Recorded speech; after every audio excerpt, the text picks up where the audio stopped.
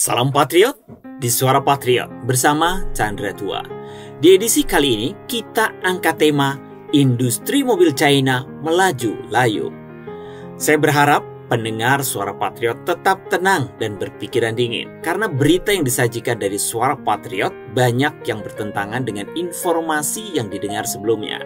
Namun sebagai sebuah narasi penyeimbang, semoga ini bisa sedikit memberikan pencerahan bahwa ekonomi China tidak sedang baik-baik saja. Jika kita tidak waspada, kita pun bisa ditarik mundur bersamanya. Para pedagang mobil bekas ini mengambil palu dan menghancurkan mobil bekas mereka yang terlampau mahal. Karena mobil baru di pasaran lebih murah daripada mobil bekas. Jadi meskipun mereka terus menurunkan harga jual, tidak ada seorang pun yang tertarik. Sama seperti virus COVID-19, perang harga yang belum pernah terjadi sebelumnya baru-baru ini terjadi di industri penjualan mobil yang dimulai di Wuhan, Provinsi Hebei, dan telah melanda ke seluruh negeri dalam hitungan hari. Beberapa model mobil telah diturunkan hampir 50%, dan bukan hanya model mobil kelas bawah atau menengah, tetapi juga termasuk merek-merek papan atas seperti BMW, Mercedes-Benz, dan Audi. Dengan keraguan akan pemulihan ekonomi yang masih membayangi sektor keuangan China, apa alasan dibalik perang harga yang gila-gilaan ini? Apa yang akan terjadi pada akhirnya? Pada awal Maret, Provinsi Hebei bergabung dengan banyak perusahaan mobil meluncurkan kebijakan subsidi perusahaan negara, yang berarti bahwa sambil menikmati pengurangan harga dari perusahaan mobil, pembeli mobil juga dapat menerima subsidi pemerintah mulai dari renminbi 5.000 hingga 90.000 renminbi. Menurut media China, banyak perusahaan mobil di Provinsi Hebei yang berpartisipasi dengan Dongfeng Group yang berbasis di Wuhan. Produsen mobil terbesar kedua di China menjadi pendukung utama.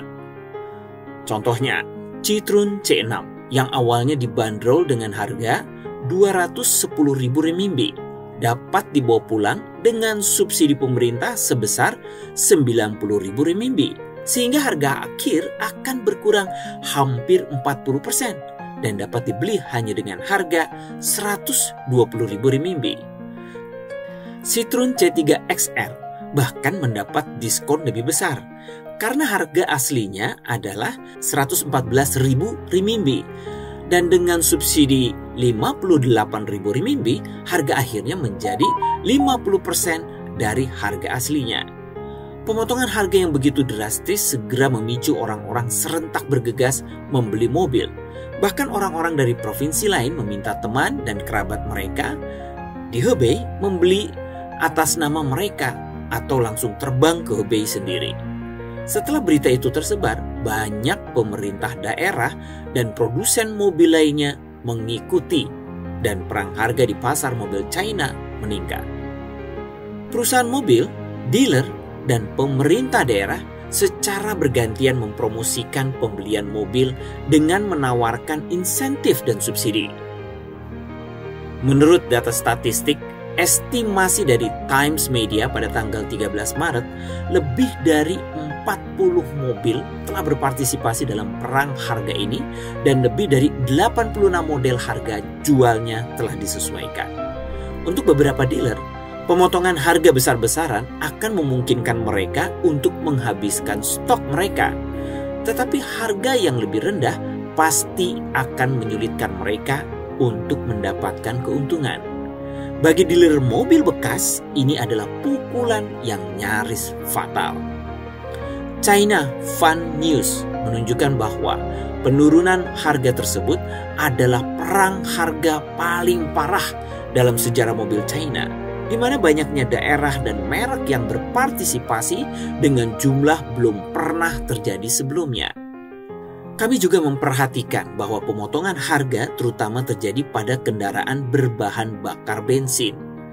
Tetapi jika kita benar-benar menelusuri kembali ke awal, kita dapat melihat bahwa itu dimulai dengan pemotongan harga kendaraan energi terbarukan yang dipimpin oleh Tesla.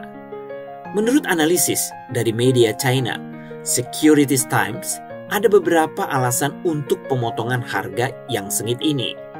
Pertama, penurunan volume penjualan dan tingginya persediaan. Kedua, dampak dari pasar kendaraan energi terbarukan, terutama merek-merek yang juga menjual mobil berbahan bakar bensin. Dan ketiga, dampak yang paling signifikan adalah dari penurunan harga kendaraan energi terbarukan dimulai oleh mobil Tesla yang telah memberikan banyak tekanan pada mobil berbahan bakar bensin. Alasan terakhir mungkin terkait dengan kebijakan China tentang penerapan standar emisi nasional 6B pada akhir Juni 2023, yang berarti kendaraan berbahan bakar bensin dengan standar nasional 6A tidak akan dilisensikan mulai 1 Juli, sehingga memaksa sebagian kendaraan berbahan bakar bensin dilikuidasi. Lockdown pandemi selama 3 tahun di China telah mengakibatkan sejumlah besar mobil dijual dengan laju yang sangat lambat, dengan tempat parkir dealer penuh dengan mobil baru yang siap dijual. Setelah berakhirnya kebijakan Zero Covid, penjualan mobil di China masih belum meningkat. Menurut data yang dirilis oleh Asosiasi Produsen Mobil China (CAAM) pada bulan Januari 2023, produksi dan penjualan mobil China menunjukkan penurunan 2 digit dibandingkan tahun sebelumnya. Produksi dan penjualan bulanan masing-masing adalah 1,594 juta dan 1,649 juta unit, turun 33,1% dan 35,5% dari bulan sebelumnya, dan turun 34,3% dan 35% dibandingkan tahun sebelumnya. Menurut sensus nasional terbaru China, ada hampir 500 juta rumah tangga di negeri tersebut, dan statistik menunjukkan bahwa pada tahun 2022 jumlah mobil di China melebihi 307 juta dan pasar mobil mencapai titik jenuh. Ekonomi China tidak baik-baik saja. Waspada jika kita berteman dengan Partai Komunis China yang penipu, kita pun akan ditipunya. Silakan simak kisah kereta cepat Jakarta-Bandung yang hingga kini menggantung. Saya Chandra Tua, mohon undur diri.